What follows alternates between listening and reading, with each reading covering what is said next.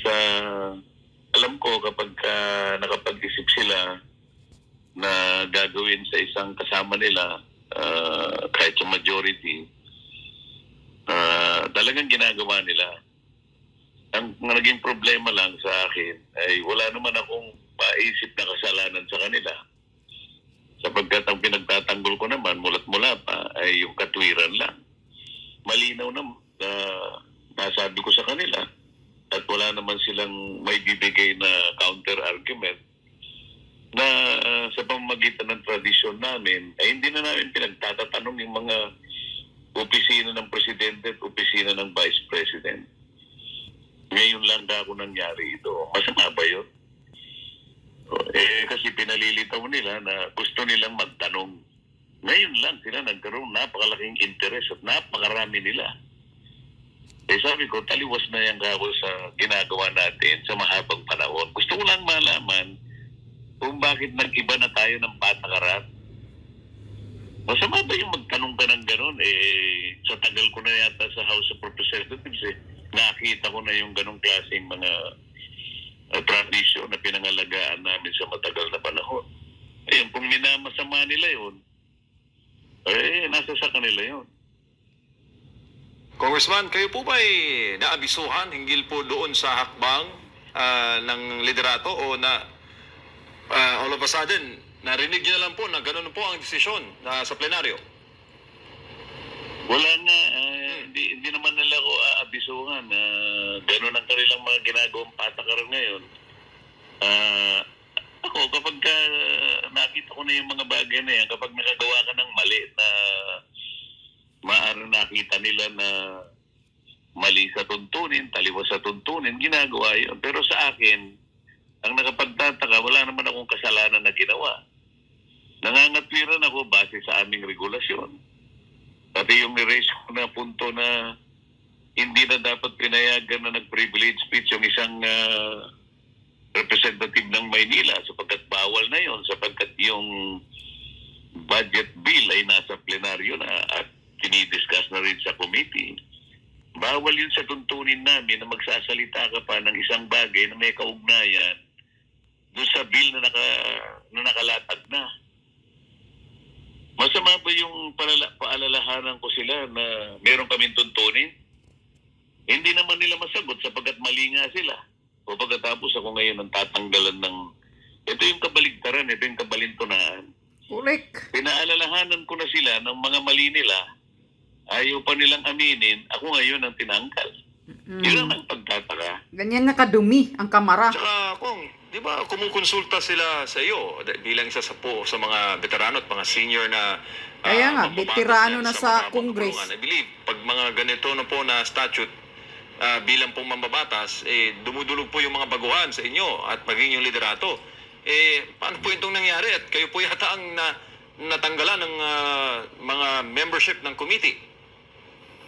Ayun nga, hindi nga nila inaasahan na magsasalita ako patungkol dun sa pagtalakay sa opisina ng Vice President kaugnay ng kanyang budget. Ayaw nila siguro na merong pumigil sa kanilang ginagawa. Sapagkat Correct. meron siguro din na hindi ko alam kung saan papunta. Pero ngayon, obviously, na ginagawa nila ito para sa ganun, makakuha sila ng kahit anong bagay na makapagpapahiya sa Vice President. Hindi naman ganun ang patakaran namin At palagi nilang sinasabi, yung mga bagitong mga abogado na bagito rin namang mga miyembro ng Kamara, yung sinasabi nilang public office is a public trust. Ang layo naman ng argumento na yun. Kaya nga. Kung sana yung nagsalita na yun ay hindi abogado, hindi abogada, hindi na ako magtataka sapagkat hindi niya maring hindi niya naintindihan ang kaugnayan na sinasabi niya kaya lang abogado yung nagsasabi Kaya medyo nakalulungkot kung bakit pati mga abogado sinasadya na nilang maliin yung kanilang pag-i-interpret pati provision ng saligang batas. Hindi naman pinag-uusapan na kung mo public office sa public trust na hindi na namin igagalang yung aming mga tradisyon. Hindi naman nangangahulugan pag ginalang mo yung tradisyon, hindi na accountable ang isang opisina. Ang Correct. katunayan nga nito nag-issue nga ang GOA ng notice of disallowance. Ang ibig sabihin nun, the Vice President is being asked to account. So, di accountable siya, di ba? Hindi ba rin naintindihan yun? Napakababaw naman na yun, di ba maintindihan? Abogado pang mga sinasabi. Ang mali lamang dito, hindi muna nila hayaan ng Vice President na sumagot sa COA at magpaliwanag sapagkat meron siyang 6 na buwan na natitira pa. Ang gusto sila-sila na yung Sila-sila lang, makikita mo na abogado. talagang may mga plano na hiyain ng Vice President. Yun na yun ang planong Isipin mo, impeachment. Notice of disallowance pa lang. Wala pa namang yun magpapaliwanag pa lang ang opisina ng Vice President. Ang gusto nila, unahan na nila ang COA. Yan. Ang COA nga ang nag-a-account Ang COA nga ang nagsisiyasat, hindi kami. Wala kaming wala kaming mandato na siya sa atin ang pagkakagasta Correct. ng bawat opisina. Ang sa amin briefing lang, kung magtatanong lang parang formalidad kasi naging tradisyon na nga namin bilang paggalang at pagtitiwala sa dalawang pinakamataas na opisina ng bansa. Ganun ang kalakaran. Yun ang written rule. Bakit hindi maintindihan ng napakasimpleng paliwanag na yan? Pero, Kung, sinabi po ng isang kongresista kasama po ninyo, hindi na po pinagkakaisahan, nilinaw niya na hindi pinagkakaisahan ng House leadership si Vice President Sara Duterte. Ito po ba'y parehas ng inyong pananaw? Anong hindi pinagkakaisahan? Lahat nga naglululundag na gusto. Ang gigigil na magtanong Ang sinasabi ko sa kanila, Nanggigigil. anong itatanong ninyo magpapaliwanag pa nga lang sa COA, hindi nyo ba naintindihan kung anong nature ng notice of disallowance? Hindi pa naman hatol yan. Wala naman siyang nagawang krimen. Correct.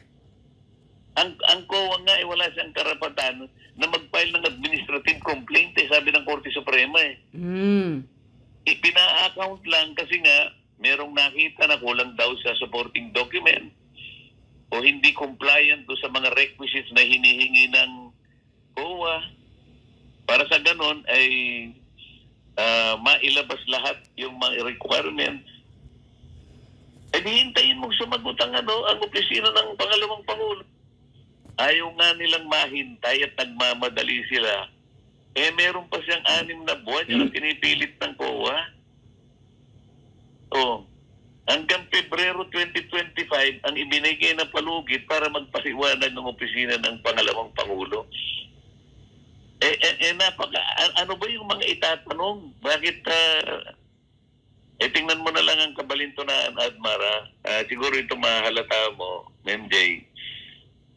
Bakit pagdating sa budget ng pangalawang Pangulo, lahat ay gustong magtanong at walang pinagbabawalan? Bakit ako nung nasa plenary na magtatanong ako doon sa kalakhan ng budget, ayaw naman nila ako magtanong? Hindi ka ba magtataka niyan? Pag ikaw ay magtatanong sa Vice President, lahat libre. Pero doon sa ibang parte, yung kalakhan ng kabuuang 6.325 trillion, trillion. magtatanong ako sa plenary, kinakailangan daw magpaalam ako sa majority leader? Saan ka nakakita ng regulasyon na ganun? Meron pa kaming regulasyon na ganun? Wala. So hindi kayo magtataka niyan. Bakit lang? Sasabihin hindi pinagkakaisahan. Tsaka kung maganda yung tanong nyo di ba? Para po yun sa inyo pong mga constituents sa nagpalista ako, alam mo, nasa general principles yung kauna-unahan pa lang. Sapagkat meron ka akong lilinawin to set the tone of the deliberation for that day on general principles. Kailangan munang hintayin ko ang majority leader. Grabe regulasyon yun? Nakasulat ba sa regulasyon yun? Pagka ako magtatanong, ayaw nila. Pagka ang pagtatatanungin, opisina ng Vice President, lahat sila po pwede. Anong klaseng patakaran ito? Bakit? Opisina lang ng Vice President ang dapat tanungin? 6.325 trillion ang pinag-uusapan eh. Doon ang gusto lang nilang 6.325 tanungin, million. 125 million. Doon sila nakakonsentrate. Lahat. Doon nakakonsentrate. Halatang halata naman eh. Wag na kaming magbulahan. Wag na kaming magbulahan. Correct. Wag nang magbulahan. Congressman, si Admar po ito. Oh, Magandang... yan, ano? Ha? Tama. Tama ang sabi ni Congressman Marcolita, wag na kayong magbulahan dyan, mga bagito, mga yanggon sa sa Kamara. Halatang halata yung mga plano ninyo. Oh. Sa 6 trillion 325 million na budget ninyo sa plenary na sinisulong ninyo, hinaharang ninyo, binabawalan ninyo si Congressman Marcolita na magtanong. Tingnan mo, 6 trillion yan na budget. Ayaw na nilang magtanong si Congressman Marcolita. Budget siguro nila yan ng mga congressman, yang 6 trillion 325 million. Imagine that, mga kababayan. Sa 6 trillion na budget na pinapasa ng Congress ngayon, hinaharang si Marcolita na magtatanong about sa pera. Yan ang pera ng taong bayan. Yan ang dapat magtataka kayo, mga mamamayang Pilipino, kung saan pupunta itong 6 trillion na budget na hinaharangan si Congressman Marcolita na ayaw nang magbusisi. Nire-railroad na nila. Minamadali na nila, yan ang sabi ni Congressman Marcolita. Minamadali nilang papasa ang budget na 6 trillion yan Imagine, oh my God. Ang laki ng matulungan, ang marami ng matutulungan ng mga mahihirap dyan ng mga Pilipinong mga kababayan natin. Minamadali nila itong budget na to na 6 trillion 325 million o billion. Pero itong kang Sara Duterte na ilang milyon lang, 799 million lang ang nilabas nilang budget, ni katiting na budget ng Vice President, lahat, sabi ni Marcolita, naglulundag na magtatanong. Lahat pinapayagang gisahin si Sara Duterte. Na ang sabi niya, nakalagay sa batas nila, nakalagay sa rules, na ang presidente at ang vice presidente budget ay hindi na kailangang questionin ang budget na yan. Ang may karapatang mag-question dyan ang COA, hindi ang Congress, na umaasta na para sila ang Supreme Court. Mga walang hiya iyang mga yanggons na yan mga bagito Talagang napakahalata, ang halata talaga, na talagang nagkakaisa sila sa paghihimod puwit kay tambaluslos. Magkano kaya ang mga pinagsungal-ngal ni Tambi sa kanila na hanggang ganito sila lumuluhod sa Panginoong Tambi nila sa Congress. Mismo si Marcolita ngayon sabi halatang halata ang mga ginagawa nila na hindi sumusunod sa rules. Saan ka makakita ng rules na ganito sila magtanong sa Vice President? Tandaan nyo mga kababayan, si Congressman Marcolita ay 17 years na sa Congress. Veterano na siya. Kaya sa noon-noon pa hanggang kay Presidente Duterte, pag ang budget ng Presidente at Vice President, hindi na daw yan tinatanong. Yan ang kalakaran sa Congress. Kaya nagtataka siya ngayon na bakit kay Sara Duterte as a Vice President binoto ng 32 million, ganyan na lang nila ginigisa na parang umaasta sa mga Supreme Court itong mga bagitong mga congressman na mga himod puwit kay Tambi. Na wala naman yan sa konstitusyon at wala naman yan sa batas. Ang may karapatang magtanong sa COA. Ang COA nga, binibigyan nga ng 6 months si Sara Duterte sa utos din ng mga congressman na talagang pinipilit nila ang COA na magsalsal sa budget ni Sara Duterte. Pero ang sabi nga ng COA, 6 months hanggang 2025 pa ang patakaran nila. Nagsasubmit naman si Sara Duterte, wala naman daw misuse, sabi ng COA, sa budget, wala namang paggasta sa budget. Hindi pa kontento itong mga himod puwit na mga congressman, na mga young mga goons ni Tambi, mga aso ni Tambi. Hindi pa kontento. Ganito na po kadumi. Ganito na po nila binabaliktad, binabalahura ang rules at ang patakaran sa Congress. Itong mga young guns na to. Kaya kayo, kung sino man kayo, taga saan man itong mga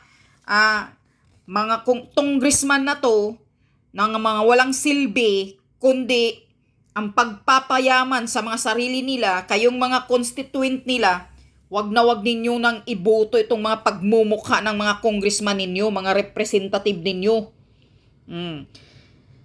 Si Congressman Marcolita, pinipigilan na nila, tinanggalan na nila sa 5 committee. Dahil nahihiya sila na pinagpamumukha ni Congressman Marcolita ang totoong batas, ang totoong rules, ang totoong may pagrespeto. Kung paano magtanong sa mga resource person. Ayaw nila kay Marcolita kasi ang gusto nila, masusunod yung pangbababoy nila sa mga resource person kung sila ang mag-question. Umaasta sila na daig pa'y Supreme Court. Ganyan na po kadumi, kababoy, at kawalang respeto itong House of Representative ngayon under sa pamumuno ni Panginoong Tambi. Diyan lang sila lumuluhod kay Tambi. Sabi ni Marcolita, saan ka makakita ng rules na pag siya'y magtanong, pinipigilan, magtanong daw muna sa majority leader bago siya payagang magtanong. Saan na rules yan? Tingnan mo. Ano ng patakaran ngayon ang sinusunod nila? Batas ni Tambi na. Batas ni Tambaluslos na ang sinusunod ng mga congressman na to dyan sa House of Representatives. Nakakahiya kayo. Kaya tinanggalan nila si Marcolita ngayon ng karapatan na sa Congress. Hindi na nila siguro pinapasali sa mga investigasyon dahil napahiya sila. Napahiya sila na pinapamukha ni Marcolita kung ano ang dapat, ano ang rules, ano ang batas ng Congress. Dapat yan ay sundin. Sa panahon ni, sa pagbibigay nila ng budget kay Marcos Bangag, tinatanong ba? Quini-question ba? Kaya yan sinasabi ni Marcolita. Kung quini-question ninyo ang Vice President na binubuto ng 32 million, sa kanyang budget, questionin nyo din ang presidente pala. Kung binabago nyo na ang patakaran ng House of Representatives, umaasta na ng Supreme Court. Questionin nyo na rin ang mga mayor, governor about sa confidential funds. Dahil hindi lang naman si Sara Duterte ang may confidential funds. Presidente, mayor, governor. Sino pa? Marami naman dyan, mga PNP. May mga confidential funds naman yan, intelligence funds. Questionin nyo na lang lahat. Kasi nasa patakaran nila, nasa rules ng House of Representatives na pagdating sa konstitusyon yan, pagdating ng budget sa Vice President and Presidente, hindi na yan kailangan questionin. Ang may pananagutan dyan, managot na lang sila doon sa kuwa. Hindi sa mga aso ni Tambi dito sa Congress na umaasta ng mga para na sila daig pa nilang Supreme Court. Sabi pa nga ni Marcolita, naglulundag-lundag na questionin si Sara Duterte. Dahil alam mo kasi, Congressman Marcolita, talagang ginigipit nila si Sara Duterte dahil sa plano yan. Sabi pa nga ni Sara Duterte, alam niya na talagang itutuloy nila ang plano nilang impeachment kay Sara Duterte. Mahiya-hiya naman kayo. Kayong mga congressman, mga young goons dyan sa Congress, mahiya-hiya naman kayo. Ang kakapal ng pagmumukha ninyo. Si Sara Duterte binoto ng 32 milyong Pilipino. Gusto nyong i-impeach. Kayo ang dapat ma-impeach dyan sa Congress. Kayo dapat ang mawala dyan. Mga kupal kayo, wala kayong respeto. Binababoy nyo na ang House of Representative. Binababoy nyo na ang rules, ang mga patakaran sa Congress. Kayo ang dapat ma-impeach. Kayo ang dapat mawala.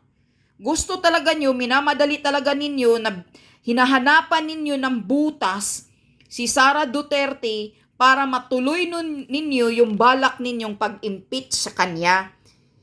Hindi siya karapat-dapat ma-impeach. Ang dapat ma-impeach, mga jutang ginimis ninyo na mga congressman kayo, mga walang hiya kayo, kapal ang mukha ninyo na puro naman kayo dyan lumalamon sa mga nakaw. Ang dapat ma-impeach, ang presidenting bangag. Dahil bawal ang magkaroon ang bansa ng adictos benedictos na gumagamit ng pulburon na presidente. Yan ang number 1 ground na dapat ma-impeach si Bangag Marcos Jr. Hindi si Sara Duterte ang ma-impeach. Dahil si Sara Duterte ay nagtatrabaho ng mabuti, ginagamit, tinutulong ng maayos ang budget niya, hindi niya binubulsa. Mga walang hiya kayo. Ang dapat ninyong i-impeach ang presidente ninyo, ang amo ninyong demonyong Bangag Marcos Jr. Yan ang hindi ninyo pinapansin, yung pagka-adictos benedictos niya, yung pagkasinungaling niya na nasaan na yung flood control budget. Ngayon, minamadali ninyo sa plenary budget ninyo, yung 6,325 billion na pira ng taong bayan, minamadali ninyo na gusto nyo ng kamkamin. Ngayon, yan mga taong bayan, gising-gising kayo. Kaya binabawalan ninyo, hinaharang ninyo si Congressman Marcolita na magtanong sa 6,325 million na budget na minamadali ninyo para maibulsa siguro ninyo. Yun ba yun? Minamadali ninyo, bakit ninyo hinaharangan si Marcolita na magtanong? Dahil nabubuking kayo. Kaya sabi ni Marcolita, wag na kaming magbulahan. Mga hayop kayo. Binabalahura nyo na. Binababoy nyo na ang mga Pilipino. Pinagluloko ninyo. Pira ng taong bayan. Yan ang pira ng taong bayan na dapat ninyong ipakita. Transparent kayo sa budget ng plenary ninyo. Mga hinayupa kayo dahil hindi maliit yung budget ninyo. Trilyones. 6 trillion 325 billion na hindi nyo pinapasalita si Marcolita, hinaharang ninyo. Minamadali ninyong budget na yan. Mahiya-hiya kayo. Yan ang pira ng taong bayan na nilalamon ninyo. Mga langhiya kayo dyan sa Congress.